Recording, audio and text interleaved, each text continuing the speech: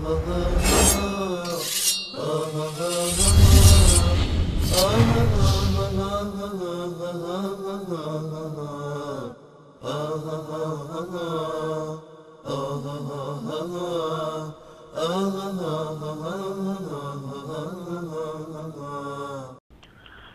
استاد انصاری، وقت عالی بخیر. من سمیرا هستم.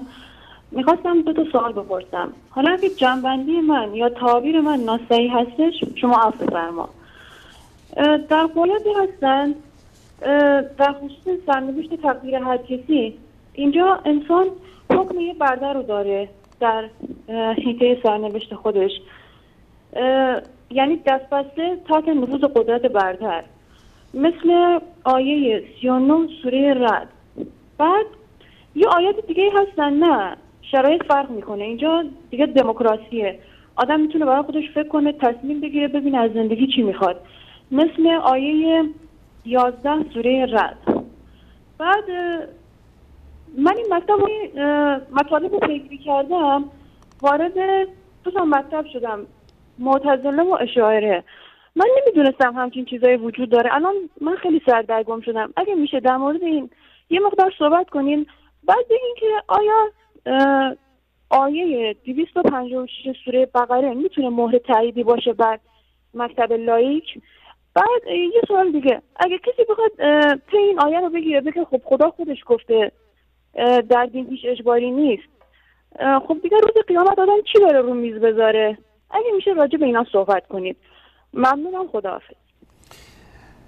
این سوالاتی که در ذهن خواهر گرامیمون هست، اینا سوالاتی است که در ذهن خیلی از عزیزانی که هدایت میشن یا مسلمانانی که از قرآن و سنت حالا به هر سببی به دور هستن، شبهاتی است که دائما ایجاد میشه. برای واضح نمودن این مطلب، عزیزانمون در بخش علمی شبکه یک جدول خیلی جالبی رو آماده کردن که من این رو خدمت شما عزیزان نشون میدم. احمد جان اگر بتونید این جدول رو نشون بدید. قضیه قضا و قدر 2 بخش ما میتونیم این رو تقسیم بکنیم. یکی اون قضا و قدر تکوینی است، یکی اون قضا و قدر تشریعی است. قضا و قدر تکوینی که کل جهان آفرینش رو در بر میگیره که انس و جن همه چیز شاملش میشه، و قضای تشریعی که همین عالم مکلفیت جن و انس است که الله سبحانه و تعالی در اینجا به انسان اختیار رو داده. ما این رو به 2 دسته تقسیم کردیم.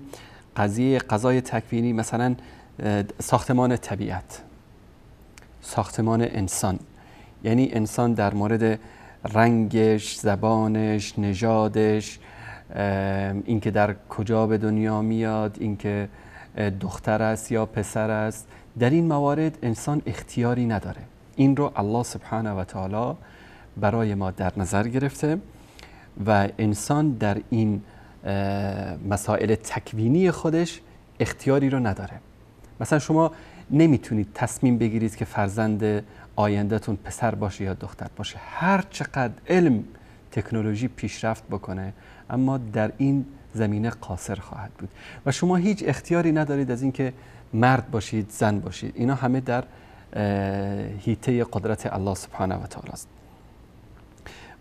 احمد جان اگر نشون بدید زمان و تاریخ به دنیا آمدن و رحلت از دنیا، اینها اموری است که با آیات قرآنی ثابت شده که انسان چه وقت به دنیا میاد، چه وقت از دنیا میره. شما در این اختیاری ندارید. این به دست الله سبحانه و تعالی است.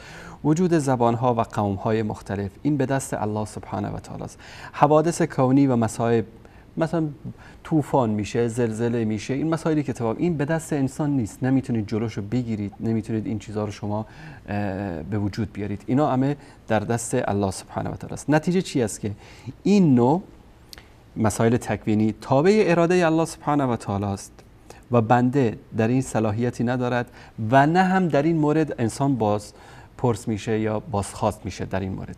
یعنی نمیان از شما بپرسن که خب چرا تو شهر شما زلزله شده بود، اصلا تو چرا مثلا در تهران به دنیا آمدی، چرا در اهواز به دنیا نیامدی، یا کسی بگن که تو چرا ایرانی بودی، چرا کرد بودی، چرا افغانی بودی، چرا ترک بودی، چرا آمریکایی بودی. این مسائلی است که الله سبحانه و تعالی در تکوین بشر در نظر گرفته. یکی از قضا و قدر از نوع تشریعی است که به انسان الله سبحانه و تعالی اختیار داده. اختیار به این صورت که به شما اختیار داده که دو راه رو جلوتون قرار داده، راه توحید و یکتاپرستی و راه گمراهی و ضلالت رو، و به شما عقل داده، شعور داده، چشم داده، گوش داده و به شما این اختیار رو داره. فرق انسان با حیوان این است که انسان این اختیار رو داره، این عقل رو داره، این شعور رو داره و میتونه انتخاب بکنه که به کدام راه بره، به راه حق و راه باطل. پس به خاطر همین است که شما را الله سبحانه و تعالی بازخواست میکنه. در سوره انسان خیلی جالب این مطلب را الله سبحانه و تعالی بیان میکنه. دوستان نشون بدن ان خلقنا الانسان من نطفه امشاج نبتلیه فجعلناه سمیعا بصیرا. ما انسان را خلق کردیم از نطفه آمیخته مرد و زن و این رو مورد ابتلا و آزمایش قرار میدیم و انسان را سمیع یعنی شنونده و بصیر یعنی بیننده یعنی دارای سمع و بصر، گوش و چشم قرار دادیم. اینا هدینا السبیل، ما راه رو براش نشان دادیم. این راه حق است، این راه باطل است. اما شاکرا و اما کفورا. این دیگه برمیگرده به خودش که یا راه حق رو انتخاب میکنه بنده شکرگزار میشه، یا راه باطل رو انتخاب میکنه بنده کفر میورزه. بعد وقتی که شما راه بد رو انتخاب کردید میگه که انا اعتدنا للکافرین سلاسل و اغلالا و سعیرا. وقتی که راه خراب رو انتخاب کردی بعد ناراحت نشو که چرا تو رو به جهنم اندازه. چرا؟ ما برای کافرین غل و زنجیر و آتش جهنم رو آماده کردیم. اگر راه خوب رو انتخاب کردی ان الابرار یشربون من کاس کان مزاجها کافورا، تا ادامه این سوره که کلا بیشتر همین بحثا رو مطرح میکنه که بیگمان برای انسانهای نیکوکار در بهشت الله سبحانه و تعالی از جامی که طعم کافور رو داره براشون در اونجا شربت میده. و مطالب دیگری که انسان در اون اختیار داره، اختیار عمل و کار. اختیار داری گوشه خونه بشینی، اختیار داری بری کار بکنید. الله سبحانه و تعالی تو رو مخیر قرار داده و فرموده که لیس للانسان الا ما سعی. برای انسان ما چیزی رو قرار نمیدیم مگر به اندازه سعی و تلاشش. هر چقدر سعی و تلاش کردی همونقدر بیشتر به تو اجر و پاداش داده میشه. پذیرش اوامر و نواهی اسلام در این مسئله انسان مخیر هست. میخوای روزه بگیر، میخوای روزه نگیر. روزه گرفتی وارد بهشت میشی، روزه نگرفتی وارد جهنم میشی. پس روزه گرفتی، خودتو در این مشقت و سختی قرار دادی، جلوی شهوت، جلوی تشنگی، جلوی گرسنگی رو گرفتی، الله سبحانه و تعالی در مقابل بهش تو پاداش میده.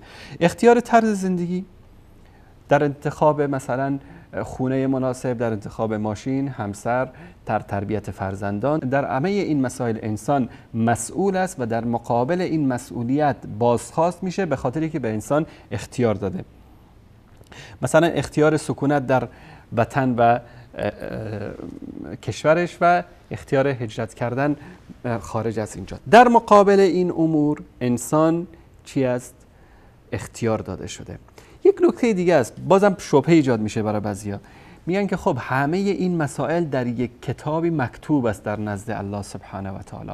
بله این هست، چون الله سبحانه و تعالی به علم خودش خبر داره که من محمد انصاری 10 سال، 20 سال، 30 سال یا شما بیننده گرامی در فلان شهر، در فلان مسجد، در فلان به اصطلاح گوشه این مسجد 2 رکعت نماز برای الله سبحانه و تعالی میخوانیم و این 2 رکعت نماز ما ان شاء الله مورد قبول الله سبحانه و تعالی قرار میگیره و این ثوابش در نامه اعمال ما قبل از اینکه ما به دنیا بیاییم نوشته شده، چون الله سبحانه و تعالی این علم رو داره که این بنده ای که مثلا 1000 سال بعد به دنیا میاد چه اعمالی انجام خواهد داد، اینها نوشته شد. پس این مسائل است که انسان در اینجا اختیار داره. حالا برمیگردیم به شبهاتی که در ذهن این خواهر گرامی بود. آیه 39 سوره رعد، در اینجا یمحو الله ما یشاء و یثبت و عنده ام الکتاب. این دقیقاً همون مسئله است که در آیه 39 سوره رعد گفتیم که در اینجا این اراده قضا و قدر تکوینی الله سبحانه و تعالی است. من اون جدول رو قبل از اینکه به این آیات بپردازم نشون دادم که کلا این موضوع برای شما باز بشه. این آیه در مورد قضا و قدر تکوینی است و آنچه که در علم الله سبحانه و تعالی در اون کتابی که در همه مسائل الله سبحانه و تعالی در اونجا نوشته. آیه 11 رو در اینجا ببینید: ان الله لا یغیر ما بقوم حتی یغیروا ما بانفسهم و اذا اراد الله بقوم سوءا فلا مرد له و ما لهم من دونه من وال. آیه اینه که الله سبحانه و تعالی سرنوشت هیچ قومی رو عوض نمیکنه، تغییر نمیده تا وقتی که آنها آنچه که در درونشان در ضمیرشان هست عوض بکنن و تغییر بدهند. یعنی شما در درونت به طرف الله سبحانه و تعالی حرکت بکن، الله سبحانه و تعالی تو را هدایت میده. اینجا چی است؟ اینجا همون قضا و قدر تشریعی که در جدول دوم بهش اشاره کردیم. اینجا مسائلی است که شما در اون اختیار دارید که راه درست را انتخاب بکنید و راه نادرست را انتخاب بکنید. آیات اول سوره انسان رو که براتون نشون دادم. پس این آیه در تضاد با اون آیه 39 نیست، آیه 11، بلکه اونجا اراده و قضای تکوینی الله سبحانه و تعالی است و اینجا اراده و قضای تشریعی الله سبحانه و تعالی است. آیه دیگری که لا اکراه فی الدین قد تبین الرشد من الغی فمن یکفر بالطاغوت و یؤمن بالله فقد استمسک بالعروة الوثقی لا انفصام لها والله سمیع علیم. در قبول دین هیچ اجباری نیست. خواهر گرامی ببینید اینجا در عبادات نگفته، در عمل نگفته، بلکه در اختیار دین. یک انسان کافر است، هیچ وقت شما نمیتونید اون رو مجبورش بکنید که تو حتما باید مسلمان بشی. در این مسئله اجبار نیست. اما وقتی که مسلمان شدی در اینجا حق نداری بگی خب حالا لا اکراه فی الدین، من دلم خواست نماز میخونم، دلم خواست نماز نمیخونم. لا اکراه فی الدین، من دلم خواست حجاب میپوشم، دلم خواست نمیپوشم. لا اکراه فی الدین، من دلم خواست در اینجا به اصطلاح روزه میگیرم یا نمیگیرم، حج میرم یا نمیرم، یا فلان حکم اسلام رو قبول میکنم یا نمیکنم. نه، این لا اکراه قبل از اسلام است. بعد از اسلام شما باید همه اون قوانین رو قبول بکنید. به طور مثال میخواید برید آمریکا، میخواید برید بریتانیا، میرید سفارتش میگه این شروط رو شما تکمیل بکن، آماده بکن، بعد ما به شما ویزای سفر میدیم. این مثال رو به خاطر این میزنم که در اسلام هم این شروط هست. مسلمان شدی باید این کارا رو بکنی و یکی از این شروط این است که اگر مسلمان شدی دوباره خواست دین رو ترک بکنی باید قصاص بشی، حکم ارتداد. همه اینا رو باید بدونی، با علمت قبول کردی، بعد از اون همه این قوانین رو باید قبول بکنی و به اجرا در بیاری. اما اینکه آیا این دستاوردی برای کمونیستا هست که بگن که خب ما هم اختیار داریم که مسلمان بشیم یا مسلمان نشیم؟ نه، این مسئله اجبار در اینجا مطرح هست، مسئله اختیار.